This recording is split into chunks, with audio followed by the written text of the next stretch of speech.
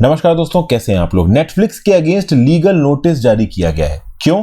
क्योंकि big bang theory जो कि नेटफ्लिक्स के ऊपर स्ट्रीम कर रहा है, वहां पे सीजन 2 के पहले एपिसोड में माधुरी दीक्षित जी के अगेंस्ट कुछ उल्टे शब्दे, अभद्र शब्दों का इस्तेमाल किया गया। ये पर्टिकुलर वीडियो आप देखिए, उसके बाद हम इस टॉपिक के बारे में डिस्कस करते हैं। आईटी रूल्स के रिस्पेक्ट में और ओटीटी प्लेटफॉर्म्स की रिस्पॉन्सिबिलिटी के रिस्पेक्ट में काफी चीजें सीखेंगे यहाँ।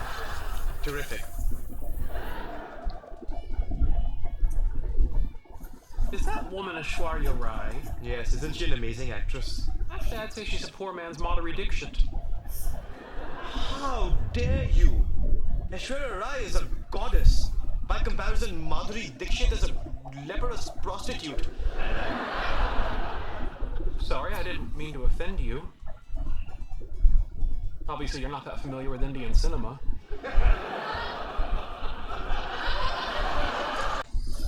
अब इस वीडियो में हमने देखा दोस्तों कि कैसे इस बिग बैंग थ्योरी के दो एक्टर्स बैठ के माधुरी दीक्षित को ऐश्वर्या राय के साथ कंपेयर कर रहे हैं।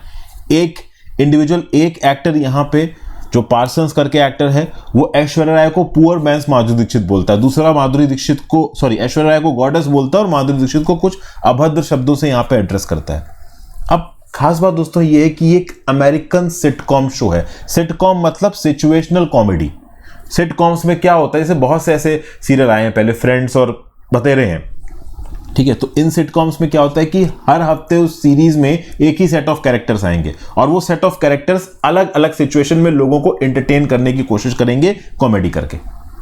और हाइपोक्रेसी देखिए दोस्तों, अमेरिका के अंदर अमेरिका के एक शो में दो इंडियन एक्ट्रेसेस का नाम लिया जा रहा है, ऐश्वर्या राय और माधुरी दीक्षित।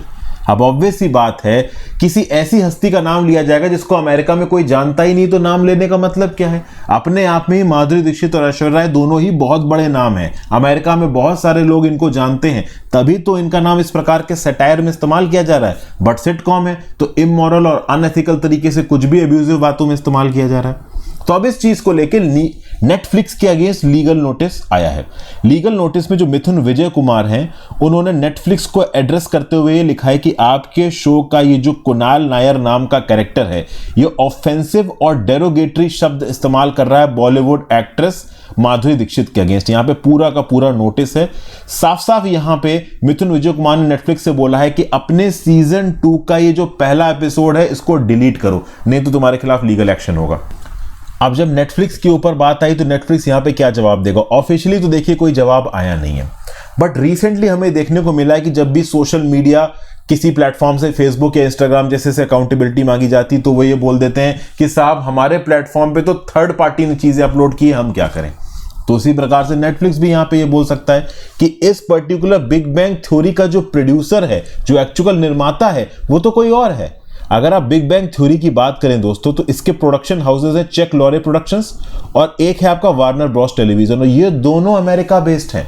तो अमेरिका बेस्ड टीवी सीरीज है, एक्टर्स भी सारे फॉरेनर हैं, ज्यादातर अमेरिकन हैं, डायरेक्टर प्रोड्यूसर सब अमेरिकन हैं, शूटिंग भी इसकी अमेरिका में हुई है। तो टेक्निकली अगर इसके अगेंस्ट एक लीगल सूट इनिशिएट करना है तो कहां जाना पड़ेगा? यूएसए जाना पड़ेगा। तो माधुरी दीक्षित जी यूएसए में जाके इसके अगेंस्ट लीगल सूट इनिशिएट कर सकती हैं। कुछ लोग ये भी सवाल उठाएंगे कि भाई ये तो 2008 में एयर हुआ था, अब तक क्यों नहीं लीगल सूट इनिशिएट हुआ? बट क्या हुआ ना, रिसेंटली दोस्तों ये बिग बैंग थ्योरी नाम का शो इंडिया के अंदर बहुत ज्यादा वायरल हुआ है।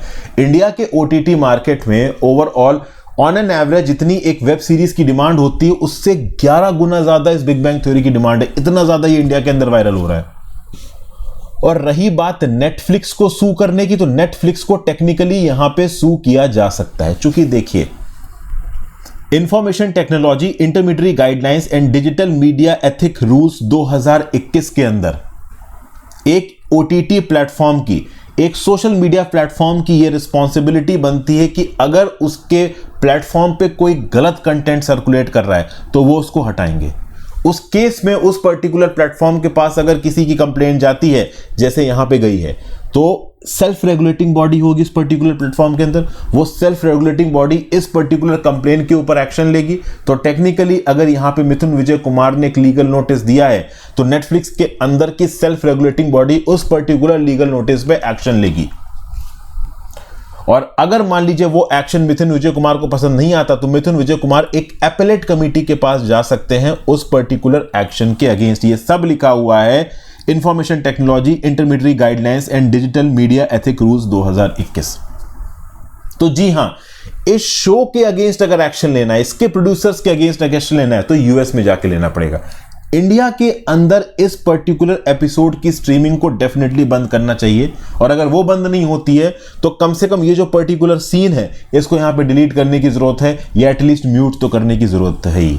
अब यहां पे लीगल नोटिस में बोला गया है कि आप सेकेंड सीजन का पहला एपिसोड डिलीट करो। अब नेटफ्लिक्स की सेल्फ रेगुलेटिंग बॉडी पूरा एपिसोड डिलीट करेगी नहीं करेगी ये तो देखो आगे आने वाले समय में पता चलेगा। हाँ, हो सकता है कुछ पार्ट डिलीट कर दे, ओवरऑल उस वॉइसेस को म्यूट कर दे। अब उसके अगेंस्ट क्या लीगल एक्शन होगा माधुरी दीक्षित जी की टीम की तरफ से, इसके बारे में पता नहीं। इंडिया में अगर आप ओटीटी प्लेटफॉर्म्स की बात करो दोस्तों, आगे आने वाले समय में काफी बवाल होने वाला है। अभी देखिए तांडव नाम की सैफ अली खान की सीरीज रिलीज हुई थी, उसमें तो इंडियन पिनल कोड के अंदर एफआईआर दायर हो गई, होगी ही। तांडव के producers, director, shooting location, actor सब इंडिया के अंदर हैं। इंडिया के सेट ऑफ लॉज उन पे लागू होते हैं। अब बिग बैंग थ्योरी चूंकि बाहर का है तो बाहर जाके सू करना पड़ेगा। हालांकि लीगली माधुरी दीक्षित जी ओवरऑल बिग बैंग थ्योरी के पूरे ब्रॉडकास्ट को चैलेंज कर सकती है इंडिया के अंदर, बट उस लेवल पे जाके वो चैलेंज करेंगी नहीं करेंगी वो उनका पर्सनल प्रेरोगेटिव है। अभी के लिए तो इतना लीगल नोटिस सामने आया है कि सीजन 2 का पहला एपिसोड डिलीट करिए जहां पे माधुरी दीक्षित जी के अगेंस्ट एब्यूजिव रिमार्क शुरू किए गए। ये तो मिनिमम करना ही चाहिए उनको। वो करेंगे नहीं करेंगे वो आगे आने वाले समय में पता चलेगा। तो इस प्रकार की न्यूज़ से एक चीज तो बहुत क्लियर हो जाती है कि ये जो आईटी रूल्स है 2021 इनका प्रॉपर तरीके से इंप्लीमेंट होना जरूरी है। ये बहुत जरूरी है कि अर्जेंट बेसिस पे ये सेल्फ रेगुलेटिंग बॉडी एक्शन ले, और अगर सेल्फ रेगुलेटिंग बॉडी के डिसीजन से आप खुश नहीं है तो एपेलेट कमिटीज एक्शन ले। चूंकि अगर ये जुडिशियल मैकेनिज्म काम नहीं करता है तो होगा ये कि सुप्रीम कोर्ट और हाई कोर्ट में जो केस पेंडेंसी है वो बढ़ती जाएगी। क्योंकि देखिए इंडियन बेड वेब सीरीज के अगेंस्ट तो आईपीसी के अंदर ही केस दायर होगा, और बहुत से केसेस में जैसे बिग बैंग थ्योरी के केसेस में डेफेमेशन के बिहाफ पे या फिर कह लो एब्यूजिव रिमार्क्स के बिहाफ पे ओवरऑल इंडिया के अंदर बिग बैंग थ्योरी को बैन कराने का तो नोटिस हाई कोर्ट और सुप्रीम कोर्ट में जा ही सकता है। तो इससे पहले कि हाई कोर्ट सुप्रीम कोर्ट इस ओटीटी के कल्चर से उभरी हुई जुडिशियल चैलेंजेस में फंस जाएं, बेटर ये रहेगा कि आईटी रूल्स के अंदर का जो एडजुडिकेटरी मैकेनिज्म है उसको प्रॉपर तरीके से अमेंड किया जाए। अब इसमें लगातार बहुत से चेंजेस हो रहे हैं और चीजें बहुत धीमी हो रही हैं। जैसे कि हमने देखा कि आईटी रूल्स के अंदर जो ग्रीवेंस एपेलेट कमेटी थी वो 2023 में अब जाके शुरू की गई है। ऊपर से कुछ ड्राफ्ट अमेंडमेंट कर दिए गए आईटी रूल्स के अंदर 2022 में। ऊपर से रिसेंटली ये न्यूज निकल के आ रही है कि प्रेस ट्रस्ट ऑफ इंडिया किसी भी गवर्नमेंट न्यूज के रिस्पेक्ट में टेक डाउन का नोटिस दे सकती है। तो कुल मिला के आईटी रूल्स 2021 के प्रॉपर कंसोलिडेशन की जरूरत है। यहां पे गवर्नमेंट और प्राइवेट प्लेयर्स दोनों की अकाउंटेबिलिटी की जरूरत है। तो अक्सर कर आईटी रूल्स में यह बोला जाता है कि सरकार सेंसरशिप करना चाहती है, सरकार अपने हाथ में डिजिटल मीडिया का कंट्रोल लेना चाहती है। सरकार केवल उन्हीं फैसेट्स के ऊपर फोकस कर रही है जो कि गवर्नमेंट सोर्स ऑफ न्यूज को चैलेंज करते हैं। कोई प्राइवेट प्लेयर या इस प्रकार का जो legal notice Madhuri Dixit respect में हो रहा है इसके ऊपर ध्यान नहीं जाता। तो बहुत से मुद्दे हैं ओवरऑल यहाँ पे। आईटी रूल्स की इंपॉर्टेंस इस पर्टिकुलर टॉपिक के रिस्पेक्ट में आपको समझ में आती है इंटरव्यू में या फिर किसी मेंस या ऐसे के क्वेश्चन में भी आप इस पर्टिकुलर टॉपिक को कोट कर सकते हो। Thank you for watching friends. Video को लाइक और शेयर कर दीजिएगा, इंस्टाग्राम पे फॉलो कर लीजिएगा, टेलीग्राम ग्रुप ज्वाइन कर लीजिएगा, ज्यादा से ज्यादा लोग लेक्चर को शेयर करेंगे। Great day friends, good bye.